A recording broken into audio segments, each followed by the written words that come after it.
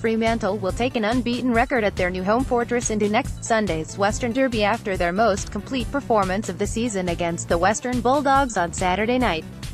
On a night thick with emotion, the Dockers were able to complete the task at hand in style as they recorded a comprehensive 54-point win over the disappointing Bulldogs, 16.12, 108-8.6, 54, at Optus Stadium.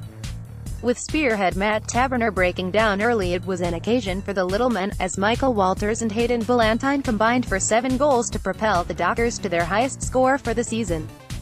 Captain Nat Fyfe led from the front with his most compelling personal performance since his Brownlow medal season in 2015.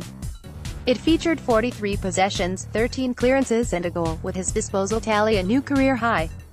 It eclipsed the 40 touches he had in his epic duel with Patrick Dangerfield at Adelaide Oval 3 years ago. Fyfe was well supported by Walters, who finished with a bag of 5 in an electric outing on a night he paid tribute to late former teammate Shane Yaren. The Fremantle forward made a point of recognizing his former teammate in the Dockers game against the Western Bulldogs. Dashing defender Nathan Wilson was also influential, driving the Dockers from the back half as he recorded 10 inside 50s. The mismatched ruck battle between Aaron Sandilands and youngster Tim English went more or less as predicted. The Fremantle veteran monstered his much lighter opponent in the hit-out battle, though the athletic English did some good work around the ground and finished with 9 marks and a career-high 19 disposals.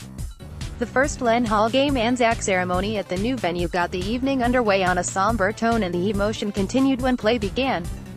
Returning Bulldog Tom Boyd was swamped by each of his teammates on the field when he slotted an early goal in his first AFL game since round 13 last season. The 2016 Premiership hero took leave from the club last year to deal with mental health issues. The next goal was kicked by Walters, one of the Fremantle players who was closest to Jaren. Walters pointed to the black armband on his left arm and then to the sky as he remembered his former teammate and childhood friend who died on Friday. Fyfe had a career-high night. Picture, Getty image as the rain began to tumble at the start of the second stanza. It made Fremantle's 16-point buffer suddenly look bigger, but the Dogs got the first 2 goals of the quarter to keep it tight. The ball looked slippery in the hands of nearly every player except one, Fyfe. He handled the wet ball as well as he did the dry one as he continued his imposing game. The Fremantle captain had 21 touches and 8 of his clearances by halftime, with the Dockers rewarded for their persistence with goals to David Mundy and Brandon Matera in time on which restored a handy buffer at the main break. Both teams had already lost a man for the night, with Taberner's bright start snuffed out by a lower leg problem and Bulldogs forward Tory Dixon doing a hamstring. Tim McCarthy relished the greater responsibility as he became a target in the third term, kicking 1 goal but missing another couple of opportunities.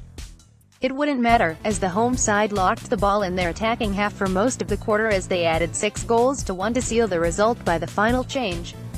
When Boyd got his second just before three-quarter time, it ended a run of 8 consecutive majors for the Dockers but was far too late for the visitors.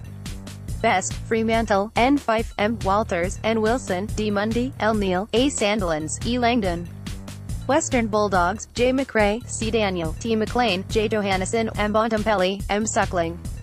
Injuries, Fremantle, M. Taberner, Calf Bulldogs, T. Dixon, hamstring, Anodin, base, umpires, Nicholas Brown, Matthew Nichols, Robert Findlay. Crowd, 43,056 at Optus Stadium.